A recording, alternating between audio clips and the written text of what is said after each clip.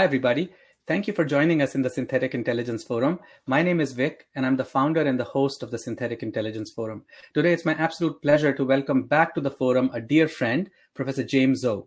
Professor James Zou is an assistant professor of biomedical data science and has courtesy appointments in the departments of computer science and electrical engineering at Stanford University.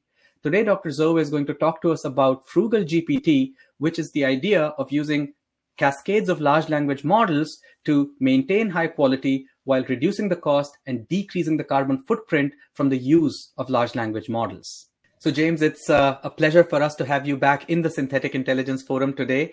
And we're very excited that you're going to talk to us about FrugalGPT and how to get better performance at lower cost from large language models. So the floor is yours. Great. Well, thank you very much. It's great to be back. And thanks for the invitation and for the introduction. So I'm James. I'm a professor at Stanford and excited to share with you some of the, I think, quite timely and recent work we're doing on how to basically get more out of your large language models at lower cost. So this is a framework that we call FrugalGPT. It was co-developed by my colleague, Matej Zaharia at Stanford, and this work is led by our PhD student, Linjiao Chen. Right, so many of you have a lot of experience using large language models recently.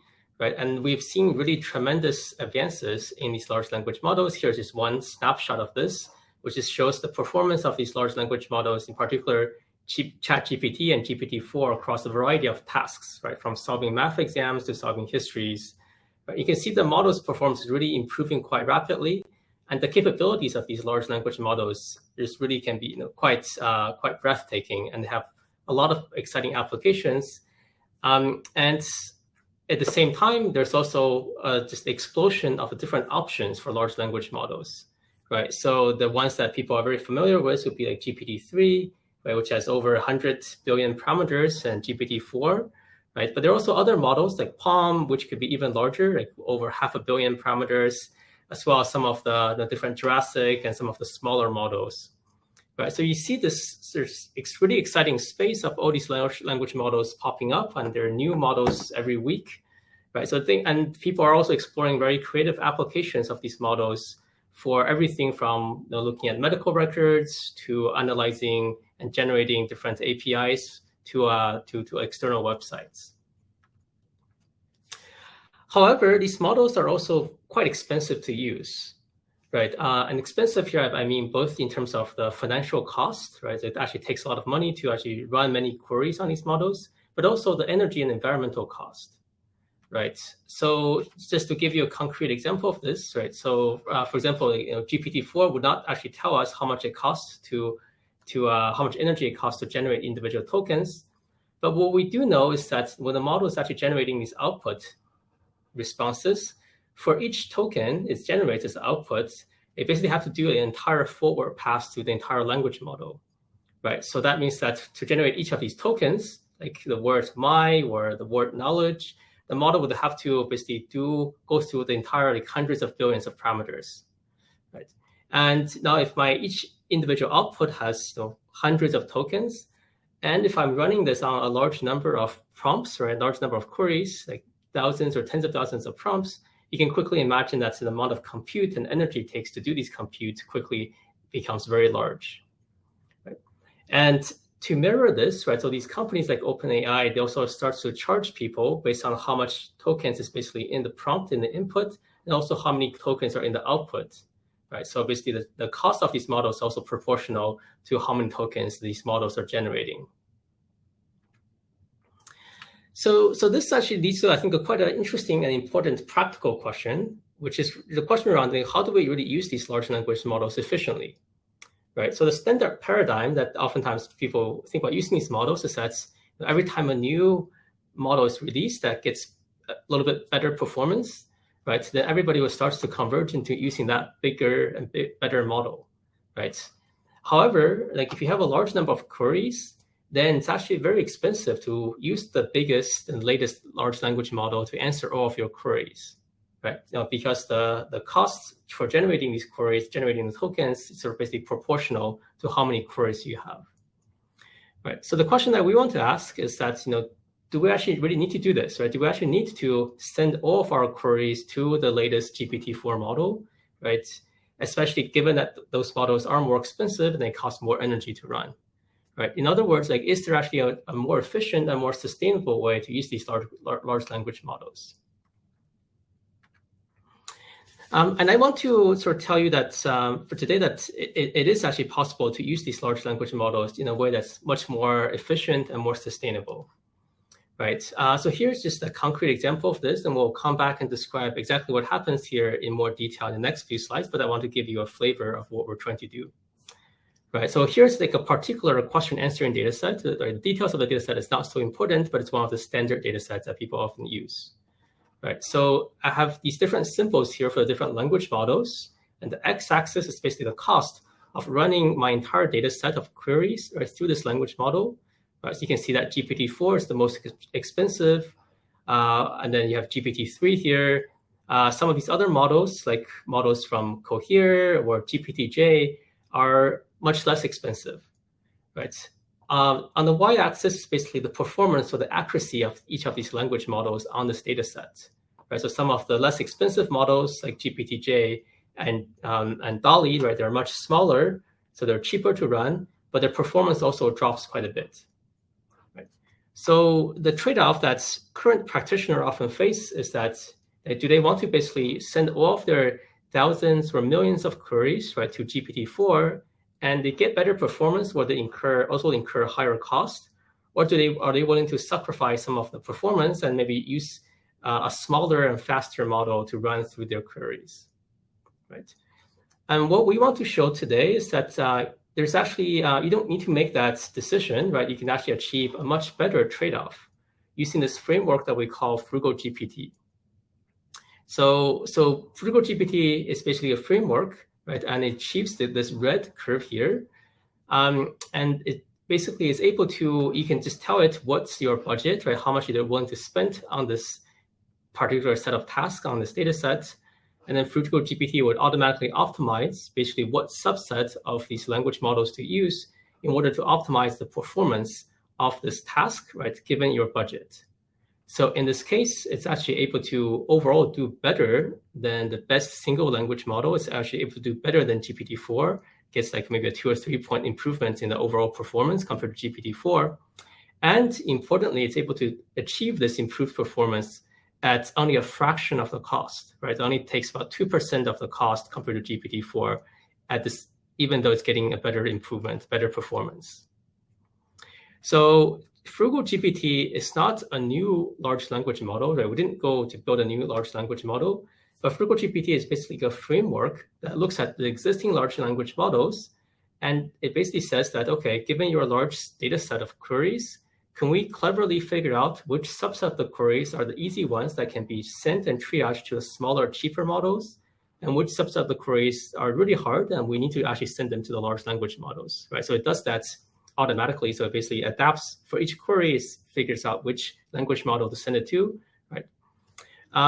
And by doing this, it's able to create this optimal balance trade-off, right, between the cost and performance. And it's actually able to do better than even the latest, the GPT-4 language model, because it actually learns that there's a subset of queries where a consensus of the smaller, cheaper models actually is more accurate than the very expensive GPT-4 model, right? So that's actually how it's able to get an overall a better performance compared to GPT-4. So this is work. It's a framework that we described in this recent paper that we just put on the archive a few weeks ago. So what I want to do for the next few minutes is to explain a little bit more about how this framework FrugalGPT works. Right, so what we did in this paper is to basically lay out an overall vision and set of strategies for how we think that we can use large language models in a way that's more sustainable and more cost efficient. Right, so altogether, we laid out 5 different types of strategies for making large language models more efficient. I want to quickly describe what these 5 strategies are, right, and then go into a little bit more depth about this particular strategy we called large language model cascade, right, which is what led to these results that I showed you here. So the first strategy that we can use, right, that's very practical for reducing the cost of these large language models is to reduce the prompt size. right? So the prompts is basically the input that was sent into these large language models. And for most of these models, they will charge you a fee that's proportional to how long the prompt is. Right? So then that makes it very natural for us to basically essentially try to use shorter prompts, right? Especially for the easier queries. Right? So oftentimes the prompts can consist of a set of examples, right? That's called in-context learning to teach the language model. So basically for the simpler questions, we don't need to, we can reduce the size of the prompts by reducing some of these examples, right? And this can potentially save quite a lot of cost. A related idea for saving costs is basically based on combining prompts, right? So the standard way of using these large language models is that if I have a bunch of different queries, right? Maybe if I have 100 queries, then I would send these in sequentially into the large language model. Each query, right? Each question would have its own set of prompts. However, that becomes very expensive. Right. What I can do then is to basically combine these prompts together, right? So I have one set of prompts and then combine the questions, right? So then the model will just go through and simultaneously try to answer multiple questions in one go, right? So this saves also cost because now instead of having to duplicate the prompts many times, I just use the prompt once and answer multiple questions. So caching is also, I think, quite a useful, interesting strategy. So the idea here is that a lot of times when we use those large language models, often different users often have quite similar questions, right? So instead of trying to generate new answers each time, we can basically cache the previous questions from the users as well as the output of the models for these previous questions. So that when a new user comes along, right, and we can look through the cache and see, if their question from the new user matches up with one of the previous questions, we can just simply retrieve the previous answer from the model as the output for the user, right? So this avoids having to rerun all these expensive inference time for the large language models. So we've actually used this in some of our works and to save a lot of the compute and to also make the response much faster. Another common strategy that people use is to try to fine-tune a smaller language model, right? And the way to do this is to basically look at instructions and outputs from a large language model as training data to fine-tune to train a smaller model, right? And maybe you can get a small model like GPT-J to basically mimic the behavior of a large model like GPT-4 on a specific domain. If this can be trained successfully, then a smaller model is often much cheaper and faster, right, to answer a large number of these domain-specific questions. So the strategy that I want to particularly dive into today is the one that we used for FrugalGPT. It's basically what we call LLM cascade, or a large language model cascade. So the idea here is also quite intuitive, right? So oftentimes you have a large number of tasks, right? Maybe you have a bunch of thousands of questions where you have millions of documents that you want to process with this large language model. So instead of sending all of these queries to the most expensive model, we basically want to learn an adaptive algorithm, an adaptive policy to say that some of the simpler questions can actually be triaged into the smaller models like GPT-J, which is only a fraction of the cost, right?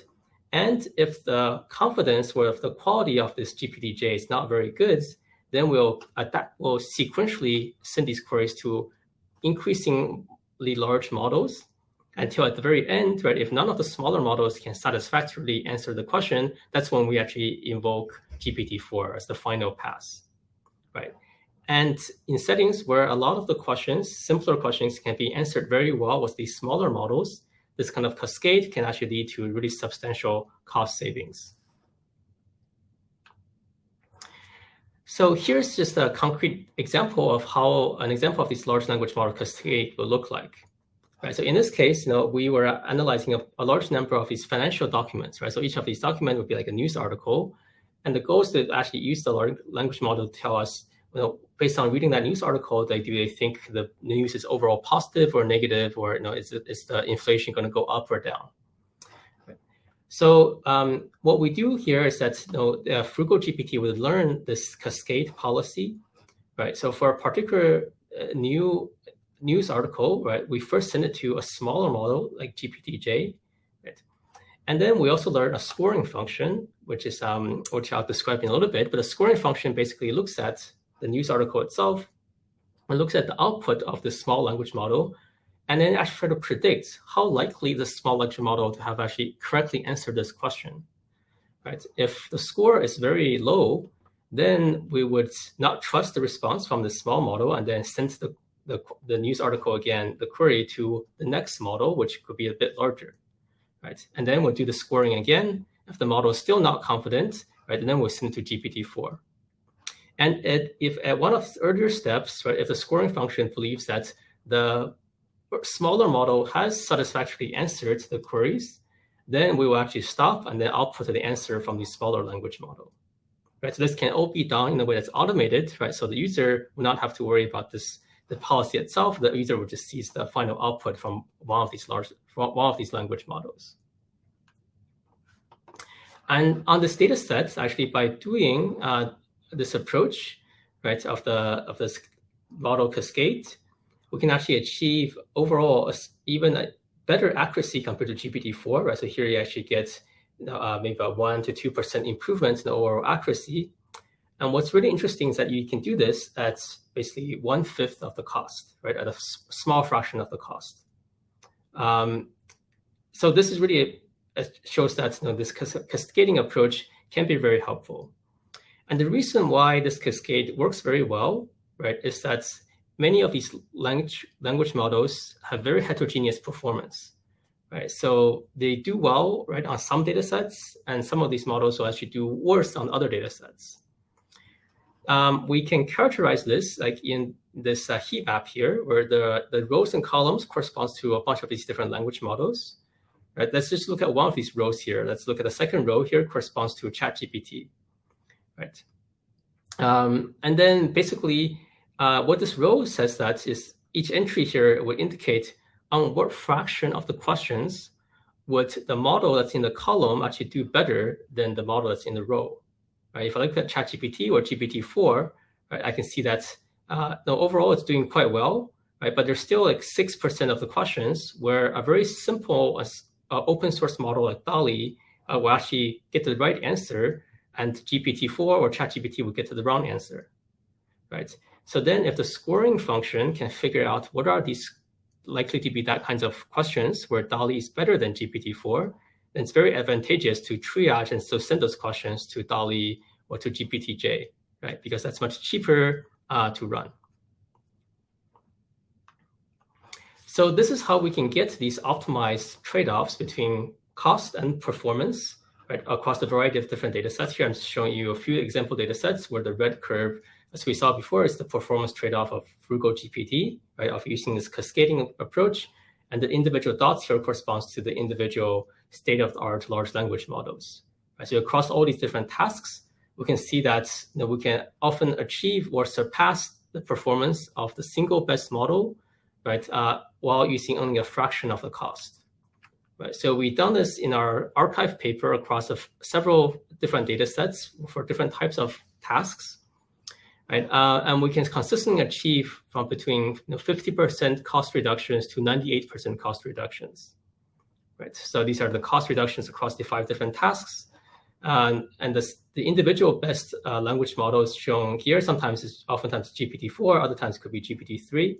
Right? And basically we're saying that the FrugalGPT is able to achieve the performance of the best individual language model, but it's only using a small fraction of the cost of the large language model.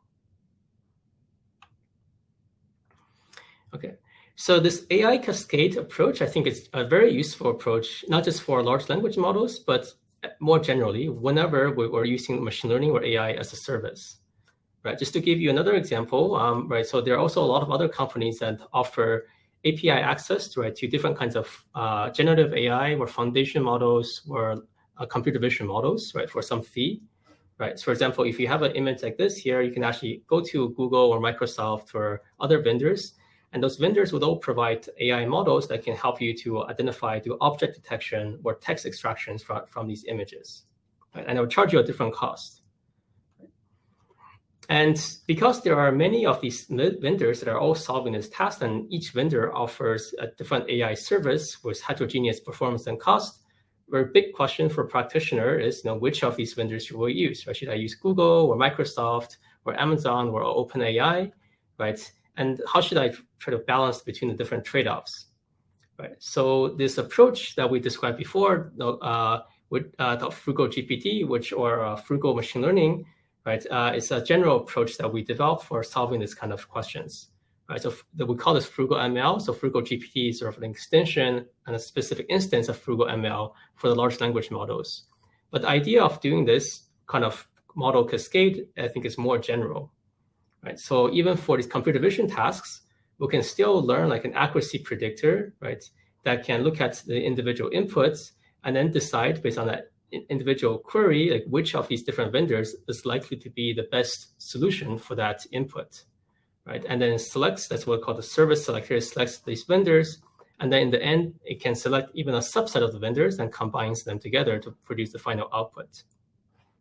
And similar to what we solved with FrugalGPT was a large language model, right? By doing this general model cascade approach across computer vision tasks, we can also lead to substantial savings, about 95% of the cost, while achieving even better accuracy, right, than the best individual commercial vendor, right?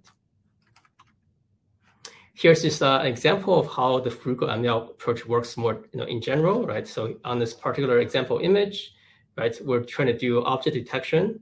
And what frugal ML basically does is that it learns the policy where it first learns to send this image into a very fast and cheap open source model called SSD. SSD would produce some sort of initial predictions that, in this image, there's a person, there's a teddy bear. And the accuracy predictor, which is like another small machine learning model that we learned, is going to look at the image as well as the output, right, from SSD and say, okay, based on this information, can we then use this to predict what is likely to be the accuracy of each of the commercial vendors on this particular query? In this case, it actually learns that Google is likely to be the best solution, most accurate algorithm for this particular image, but SSD and every pixel also does quite well, right? And in this particular case, because SSD is free, it's much cheaper than Google, it's going to decide to use this SSD to generate the final answer, right? So this is how it can save cost. Here's a more complicated example, right, where based on this image of a tennis player, right? So again, the model first sent it to this cheap SSD to look at generate and some initial annotations, and the accuracy predictor in this case actually predicts that, well, every pixel is actually likely to be very good, right, for this task, and it's not that much more expensive, right? So then it actually also generates the output from every pixel, right, and then combines this. What the label combiner does is it combines the output from every pixel with the output from SSD into a final set of outputs for the user, which in this case achieves a much better performance. So it's a very similar kind of strategy as we explained for the large language models. So in a series of works, we demonstrated that this strategy, frugal ML, can be very efficient, right, in saving cost and also improving models' performance. Right, so here's a particular example data set of image recognition, where each of the symbols here corresponds to one of the commercial vendors, and the x-axis, like before, is the cost of that vendor. Right, so the y-axis corresponds to the accuracy of each of the vendors. You can see it's pretty heterogeneous. Not the most expensive model at Google is not always the most accurate. And then frugal ML is the red curve here, right? So it's able to achieve this optimized trade-off where it's able to actually do better than the best individual vendor, Microsoft, right? That does about 10 points better than Microsoft. And it's able to save substantial amount of cost, right? So it's able to achieve similar performance as Microsoft at a small fraction of the cost, right? Maybe in this case, it looks like only like 30% of the cost of Microsoft. And we applied this frugal ML approach to a variety of different tasks, right, including computer vision, and natural language processing or large language models, or even to speech, right, voice transcriptions, speech detection.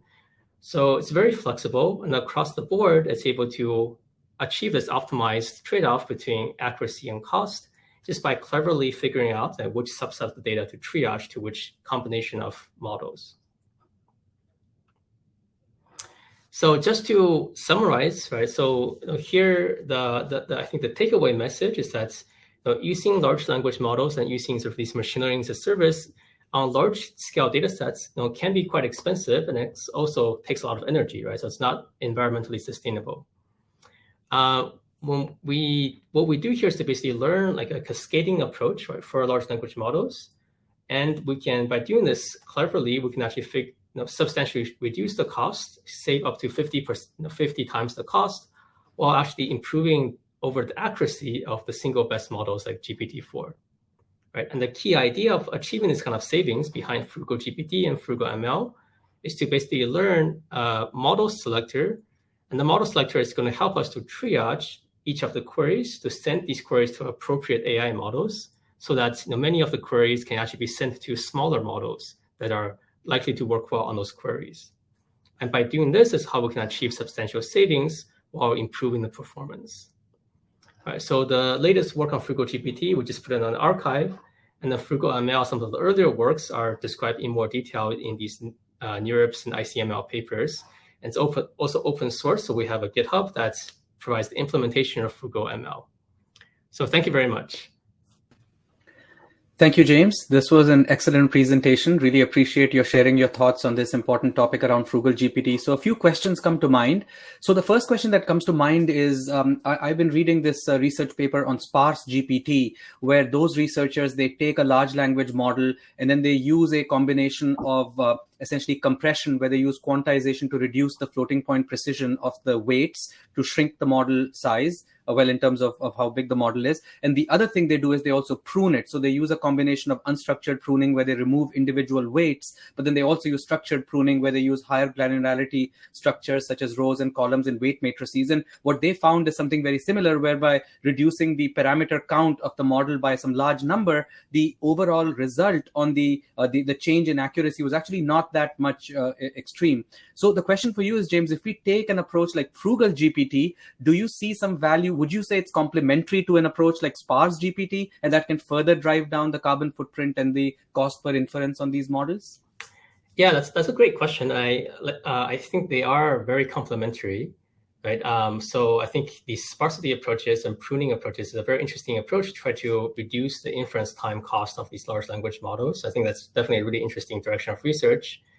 And they can be very easily plugged into the FrugalGPT approach, right? So let's say if you've actually pruned one of the large language models, right, into a smaller one, right? So that actually becomes just one of the dots in our trade-off curve, right? And then FrugalGPT can then also learn to say, okay, for what kinds of queries should we actually triage into that sparse model, right? And what are the queries should we learn to use the very dense and the bigger models to solve, right? So by having these sparse models, that actually provides additional options for FrugalGPT, and I think that will actually lead to even better performance. Okay, that's great. So another question that comes to mind, James, is, so as we look at this FrugalGPT approach and the way in which you establish those large language model cascades, so presuming that these are public models, or these are models that are trained on publicly available data sets, now in specific organizations, they also want to use, for instance, they want to retrain the embeddings with some transfer learning on their curated data sets. So they want to do some kind of supervised fine tuning with some human instruction as well.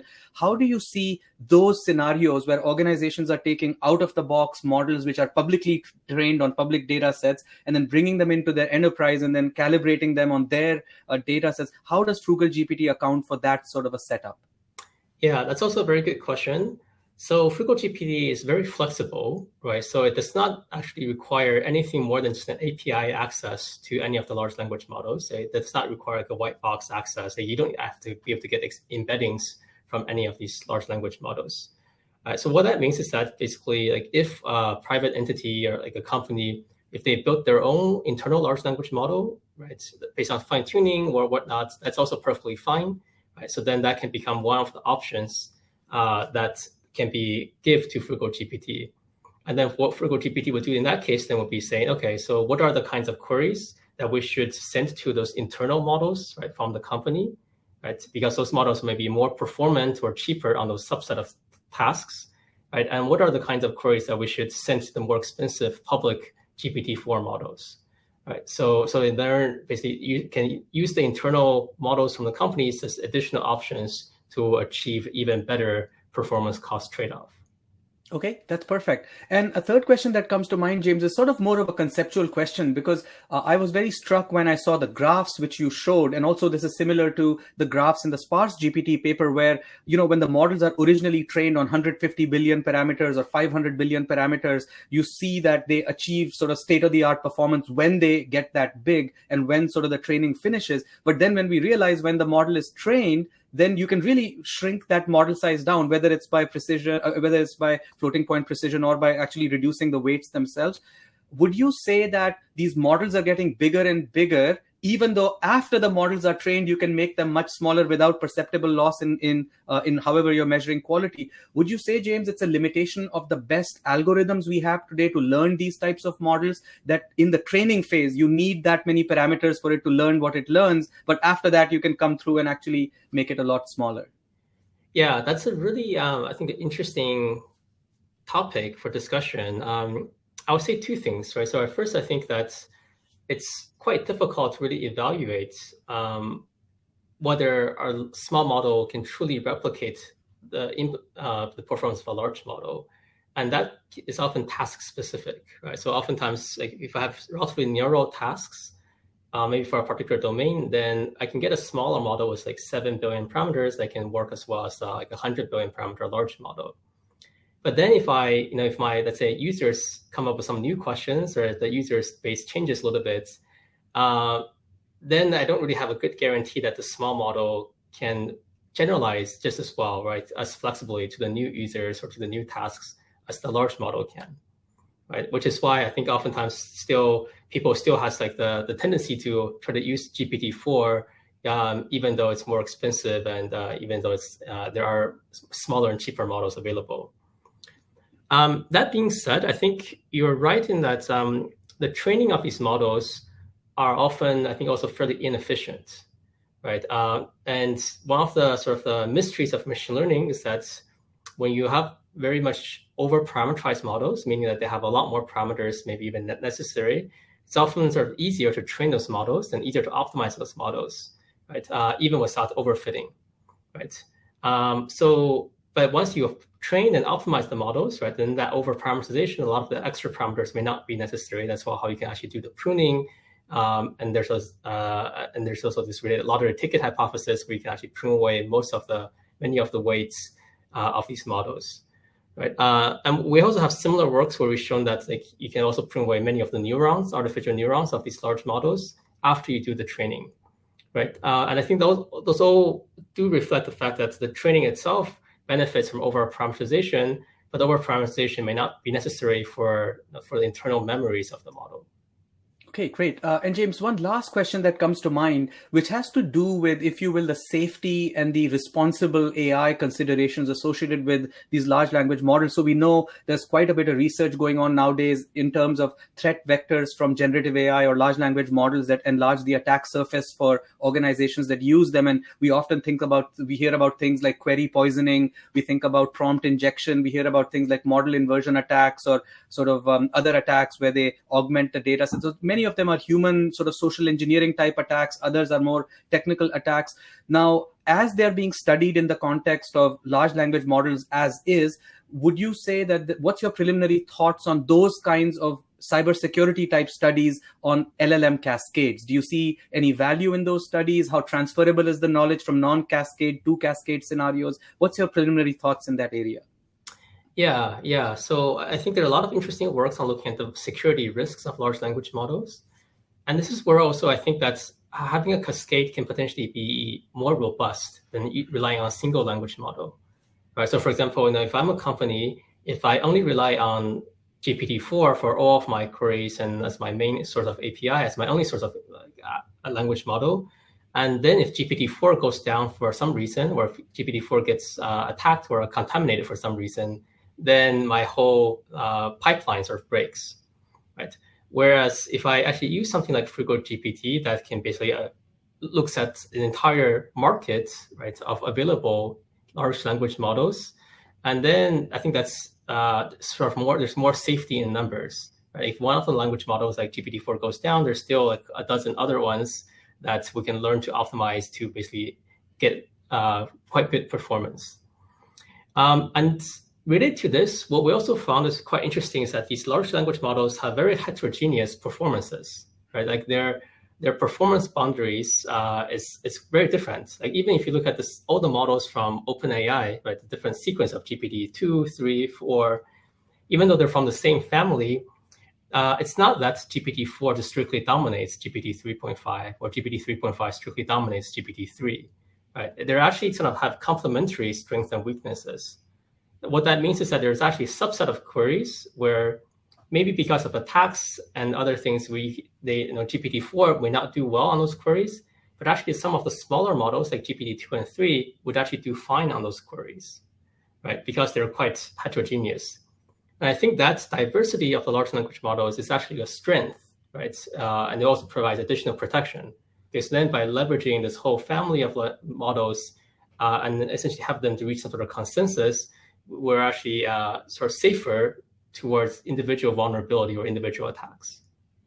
Very interesting, James. And this is such a thoughtful conversation and thought-provoking conversation. I have one last question, if you don't mind my asking. And this has to do with the notion of prompt adaptation that was in one of your earlier slides. And it's kind of humorous that in some sense that, first these large language model providers were competing over the size of the models. And now they're saying, well, it's not really that, not the main criteria. Now there's also a bit of competition. You hear about bragging rights around sort of the length of the context vector or how many tokens it can take in to account for long-range text dependencies and also this notion of memory.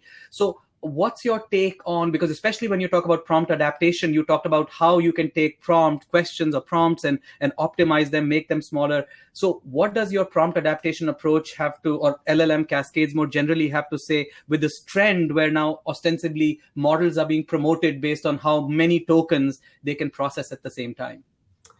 Yeah. So I think there is, you're right, there's definitely a really interesting trend of people trying to allow for larger context windows.